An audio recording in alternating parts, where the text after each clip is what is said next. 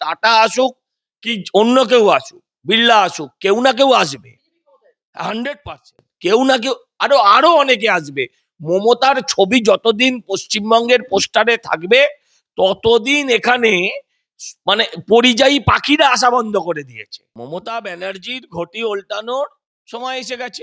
পাল্টানো দরকার, চাই বিজেপির সরকার, একটা গান বার করেছে। পরের দিন তৃণমূলকেও সেটা বার করতে হয়েছে। এ ডার হামে আচ্ছা লাগা। তুই চাই কর, যেতে তোদের হবেই, তোদের যেতে হবেই।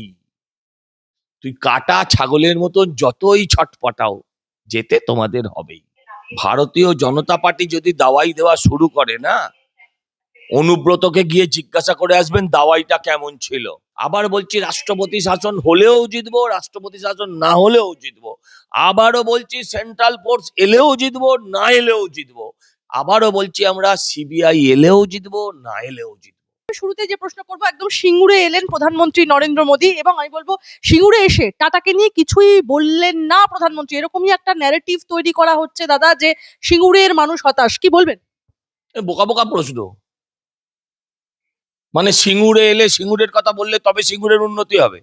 শুধু সিঙ্গুরে কারখানা হলে সারা বাংলার উন্নতি হয়ে যাবে? প্রধানমন্ত্রী গতকাল মালদায় কি বলেছেন? সেখানে তো শিল্পের কথা বলেছেন।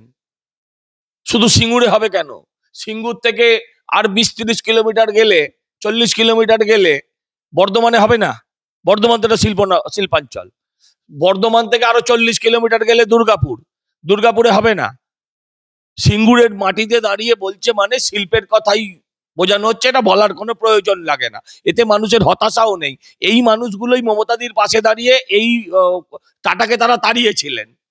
হতাশ হলে বাড়িতে গিয়ে আগে প্রায়শ্চিত্ত করা উচিত তাদেরও। সিঙ্গুরবাসী এক টাটা না আসুক, কেউ না কেউ আসবে। ওই কারখানা, ওখানে তো আর চাষ হবে না, ওখানে তো আর চাষ হবে না। জমির যা অবস্থা এখন, টাটা আসুক কি অন্য কেউ আসুক, বিড়লা আসুক, কেউ না কেউ আসবে 100%। কেউ না কেউ, আরো আরো অনেকে আসবে। মমতার ছবি যতদিন পশ্চিমবঙ্গের পোস্টারে থাকবে ততদিন এখানে মানে পরিযায়ী পাখিরা আসা বন্ধ করে দিয়েছে।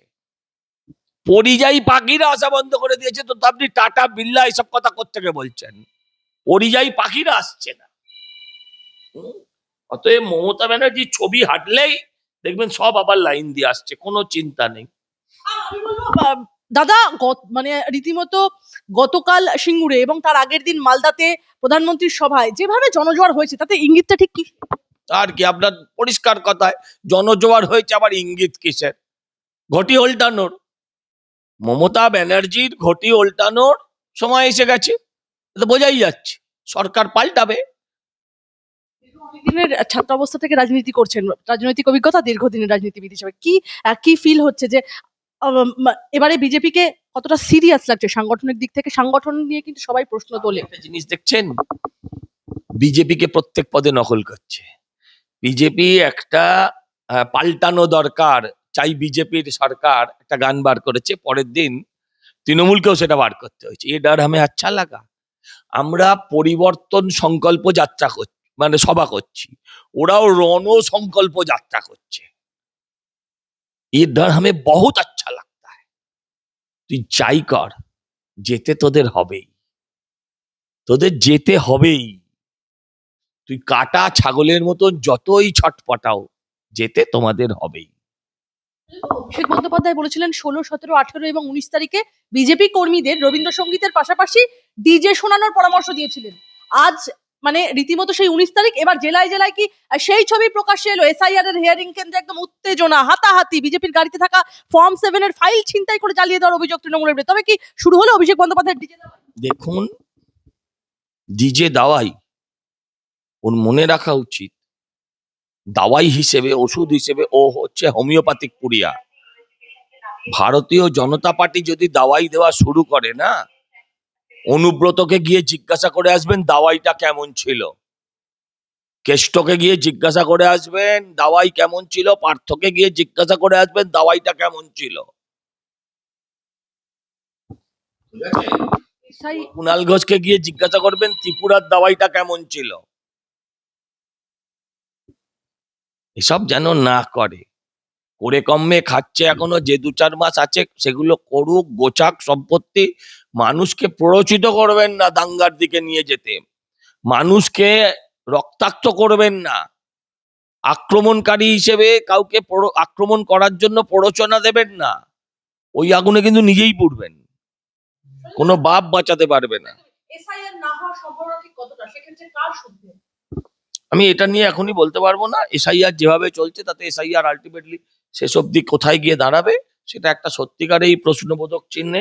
এসআইআর হলেও, আগেও বলেছি এসআইআর হলেও জিতবো, এসআইআর না হলেও জিতবো। আগেও বলেছি আমরা এসআইআর হলেও জিতবো, না হলেও জিতবো। আবার বলছি রাষ্ট্রপতি শাসন হলেও জিতবো, রাষ্ট্রপতি শাসন না হলেও জিতবো। আবারও বলছি সেন্ট্রাল ফোর্স এলেও জিতবো, না এলেও জিতবো। আবারও বলছি আমরা সিবিআই এলেও জিতবো, না এলেও জিতবো। কারণ জেতায় মানুষ। যারা গত 21-এ ওদের জিতিয়েছিল তারা বসে আছে এবার ওদের তাড়ানোর জন্য। অতএব কাউকে লাগবে না, ওরা এমনি হারবে।